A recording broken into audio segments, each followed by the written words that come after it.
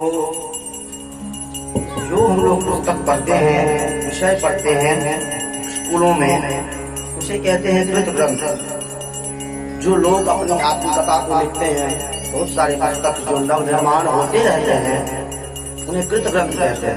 कृत ग्रंथ का तात्पर्य होता है कि जो अपने हाथों से लिखा गया हो, जो मनुष्य लिखते हैं मायाबद्ध, तो वो जो ग्रंथ होते हैं उसमें कोई अब कुछ भी हो, लेकिन उसमें कोई 100% नहीं लगा सकता कि मैं जो बोल रहा हूँ, इस पुस्तक में जो मैं लिख रहा हूँ वो एकदम 100% सत्य है, क्योंकि मनुष्य वो सर्वज्ञता नहीं प्राप्त है।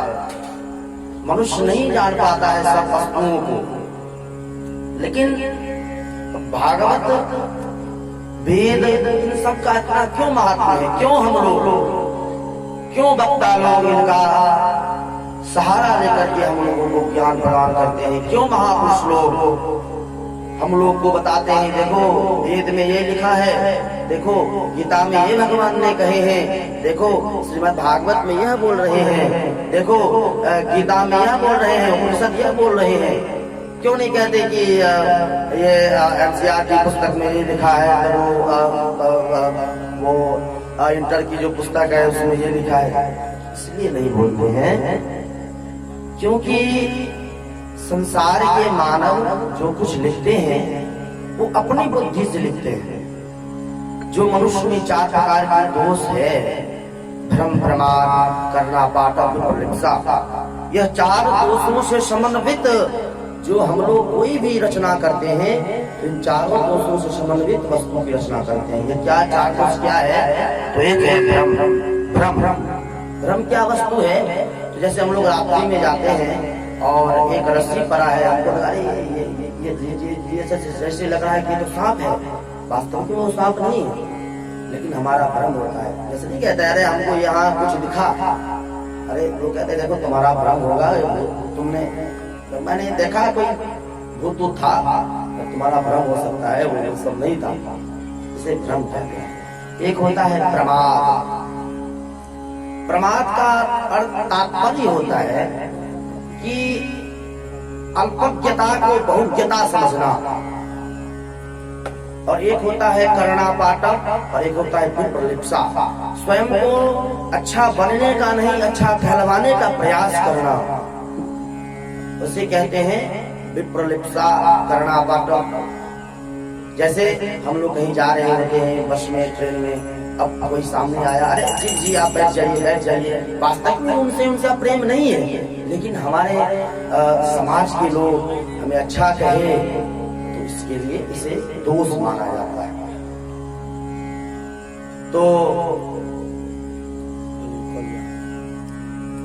तो ये जो भागवत है, यह गीता है, यह 4 दोषों समन्वित नहीं है। क्यों? इसलिए क्योंकि ये भगवान का बनाया हुआ है। भगवान, यह जो श्रीमद् भागवत है, आपने सुना होगा कि तेने अम्बांगमयी मूर्तिं प्रत्यक्षा वर्तते हरे श्रीमद् भागवताख्योऽयं प्रत्यक्षा कृष्णे। ऐसे ही श्रीमद् भगवत गीता भगवान की वाणी है, वो सर्वज्ञ है, उनकी बातों को 100% मानना ही पड़ेगा। आज नहीं तो कल मानना पड़ेगा। गीता है, भागवत है, महाभारत है, क्योंकि वो भगवान है, उन्हें भ्रम, प्रमाद, कर्णापाटव, विपरीक्षा नहीं है, तो भगवान है। भगवान का तात्पर्य क्या होता है? ऐश्वर्यस्य समग्रस्य वीर्यस्य सश्रियः ज्ञान वैराग्यश्चापि खन्नाम भगतिंगना। यह ज्ञान, वैराग्य, ऐश्वर्य, इन सबसे जो परिपूर्ण है, अनंत अनंत अनंत जोड़ दीजिएगा, क्योंकि ना भगवान का एक नाम अनंत है। अनंत ज्ञान, अनंत ऐश्वर्य, अनंत वैभव। और मनुष्य के पास जो है वो सीमित वैभव है, लेकिन सीमित है, अनंत नहीं है। अब कोई इस संसार का कोई अरबपति हो, बिल गेट हो, कोई भी हो, उसे रसगुल्ला खाने का मन करेगा, वो रसगुल्ला उसे बनाना पड़ेगा या कहीं से लाना पड़ेगा? वो बोले नहीं यही प्रकट हो जाए, तो यह नहीं है।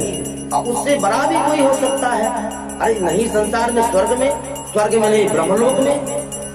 तो और जिसके बाद यस्मात् परतरं नान्यत् यस्यात् परतरं नान्यत् किंचिदस्ति धनंजयः, श्रीमद् भगवत गीता में भगवान कह रहे हैं कि मत्तः परतरं नान्यत् किंचिदस्ति धनंजय। हे धनंजय, अरे तुम छोड़ो और बात, मेरे समान कोई नहीं है, मुझसे परे होने का सवाल क्या कर रहे हो। मत्तः परतरं नान्यत् किंचिदस्ति धनंजय।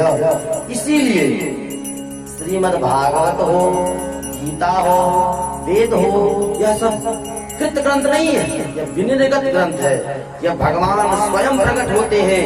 यस्यैत निश्वसित कालमथावलम्ब्य, यह वेद भगवान की वाणी है, भगवान के श्वास से निकला हुआ है। इसीलिए यह भारत के संपूर्ण विश्व का प्रमाणिक ग्रंथ है।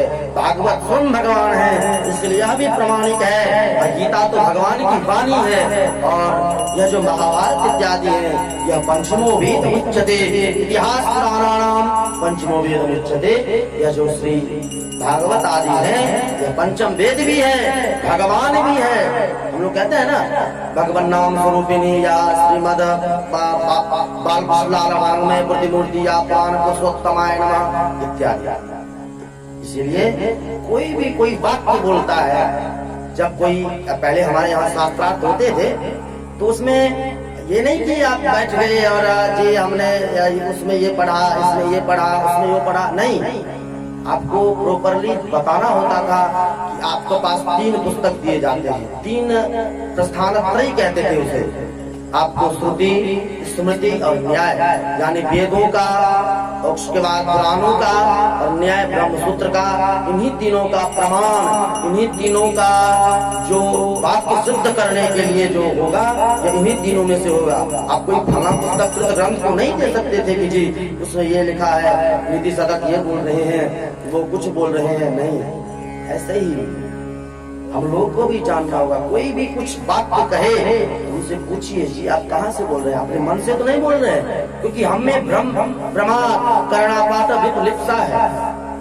हम लोग वस्तु कुछ होता है, जानते कुछ नहीं। भगवान के बारे में, अरे भगवान ने क्या कार्य, भगवान ने क्या कहे, भगवान ने क्या कहा, भगवान क्या, भगवान, क्योंकि हम नहीं जानते।